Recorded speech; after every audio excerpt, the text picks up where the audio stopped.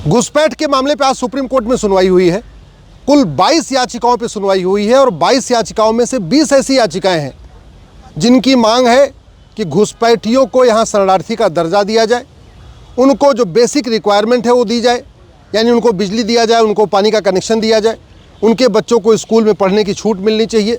इस तरीके से कुल 20 याचिकाएँ हैं। हमारी 2 याचिकाएँ हैं जिसमें हम लोगों ने मांग किया है कि ये पाकिस्तानी, अफ़गानिस्तानी, रोहिंग्या, बांग्लादेशी जो भी हैं यहाँ पे, इनको बाहर निकाला जाए। हमारी पहली प्रेयर ये है कि सारे घुसपैठियों को बाहर निकाला जाए और मेरी इस मांग पे माननीय सुप्रीम कोर्ट ने केंद्र सरकार के अलावा सभी राज्य सरकारों को नोटिस भी जारी किया है और आज नहीं, बहुत पहले जारी किया हुआ है। हमारी याचिका 2017 से पेंडिंग है माननीय सुप्रीम कोर्ट में। हमने अपनी याचिका में ये भी कहा है कि कुल भारत में 5 करोड़ घुसपैठिए रहते हैं और ये जो 5 करोड़ घुसपैठिए हैं यहाँ पे बहुत तेज़ी के साथ उनकी जनसंख्या भी बढ़ रही है। हर 2 साल में उनके एक बच्चा भी हो रहा है। इसमें पाकिस्तानी है, अफ़गानिस्तानी है, सबसे ज़्यादा बांग्लादेशी है और उसके बाद रोहिंग्या है। इनको यहाँ पे संरक्षण मिला हुआ है और ये घुसपैठिए धीरे धीरे करके एक एक कागज़ बनवा रहे हैं। सबसे आसान होता है आधार बनाना, क्योंकि आधार प्राइवेट लोग बना रहे हैं, कॉमन सर्विस सेंटर पे बन रहा है। वहाँ पे बिना किसी डॉक्यूमेंट के, बिना किसी प्रूफ के, बिना किसी रेजिडेंस प्रूफ के सीधे सीधे 2000 रुपये में आधार बन रहा है। और जब ये आधार बन जाता है फिर घुसपैठिए इस आधार को उपयोग करके राशन कार्ड बनवा लेते हैं और जब इनके पास 2 डॉक्यूमेंट हो जाता है फिर ये घुसपैठिए नगर निगम में दलाल को पकड़ते हैं और वहाँ से बर्थ सर्टिफिकेट बनवा ले रहे हैं। जब इनके पास 3 डॉक्यूमेंट हो जाता है फिर ये घुसपैठिए आरटीओ ऑफिस के दलाल को पकड़ते हैं और जाके अपना ड्राइविंग लाइसेंस बनवा लेते हैं।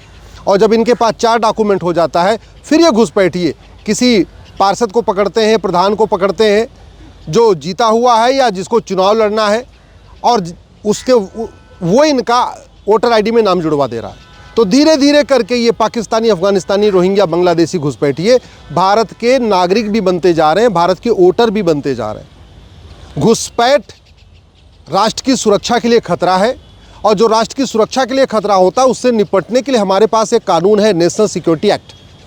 लेकिन नेशनल सिक्योरिटी एक्ट में कहीं लिखा नहीं है कि हाँ घुसपैठ राष्ट्र की सुरक्षा के लिए खतरा है। इसलिए कोई भी राज्य सरकार घुसपैठियों और उनके मददगारों पे नेशनल सिक्योरिटी एक्ट नहीं लगा रही है। घुसपैठ एक अनलॉफुल एक्टिविटी है और अनलॉफुल एक्टिविटी से निपटने के लिए हमारे पास यूएपीए है। घुसपैठ अपने आप में एक्ट ऑफ एग्रेशन है।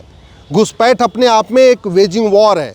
घुसपैठियों की मदद करना देशद्रोह है। घुसपैठ करना एक संगठित अपराध है।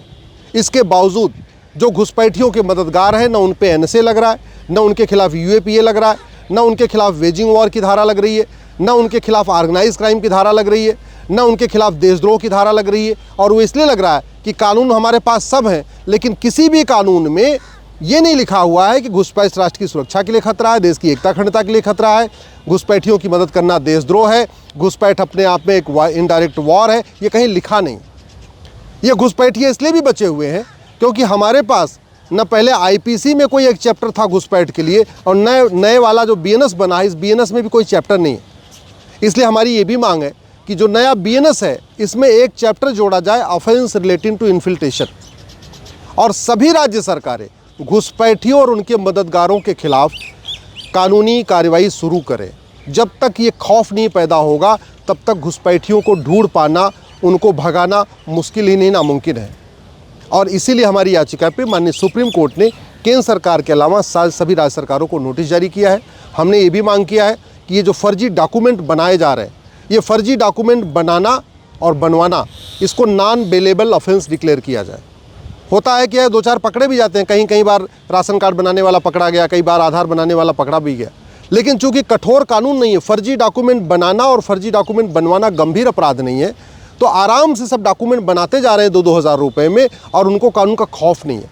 इसलिए फर्जी डॉक्यूमेंट बनाना, फर्जी आधार, फर्जी राशन कार्ड, फर्जी ड्राइविंग लाइसेंस, फर्जी बर्थ सर्टिफिकेट, फर्जी वोटर आईडी बनाना और बनवाना, इसको नॉन बेलेबल ऑफेंस डिक्लेयर करने की ज़रूरत है।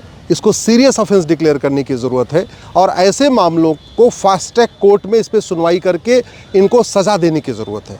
तब जाके घुसपैठ रुकेगी। नहीं तो भारत के 9 राज्यों की डेमोग्राफी पहले बदल चुकी है। 800 जिलों में से 200 जिलों की डेमोग्राफी बदल चुकी है। 6000 तहसीलों में से 1500 तहसीलों की डेमोग्राफी बदल चुकी है।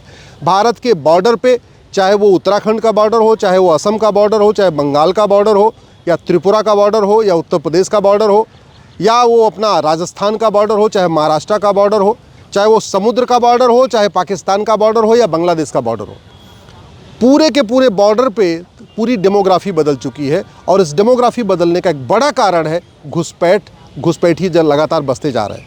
ये घुसपैठी केवल बॉर्डर पे नहीं है, बल्कि ये इंटर करते हैं असम से, बंगाल से, त्रिपुरा से। और ये घुसपैठी इवन जम्मू कश्मीर में जहाँ सेना का हमारा कैंट एरिया है, वहाँ जाके इन्होंने अपने झुग्गियाँ बना लिया है। ये घुसपैठी गुजरात तक पहुँच चुके हैं। भारत का ऐसा कोई शहर नहीं है, ऐसा कोई ज़िला नहीं है जहाँ ये पाकिस्तानी, अफ़गानिस्तानी, बांग्लादेशी और रोहिंग्या अवैध तरीके से नहीं रह रहे।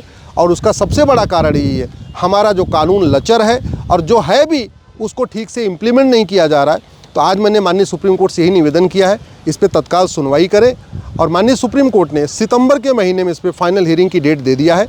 मैं आशा करता हूँ सितंबर पे इस पर अंतिम फैसला आ जाएगा, और उसके बाद केंद्र सरकार और सभी राज्य सरकारें मिल के एक कलेक्टिव एफर्ट के साथ सारे के सारे रोहिंग्या, बांग्लादेशी, पाकिस्तानी, अफगानिस्तानी घुसपैठियों को बाहर निकालेंगे।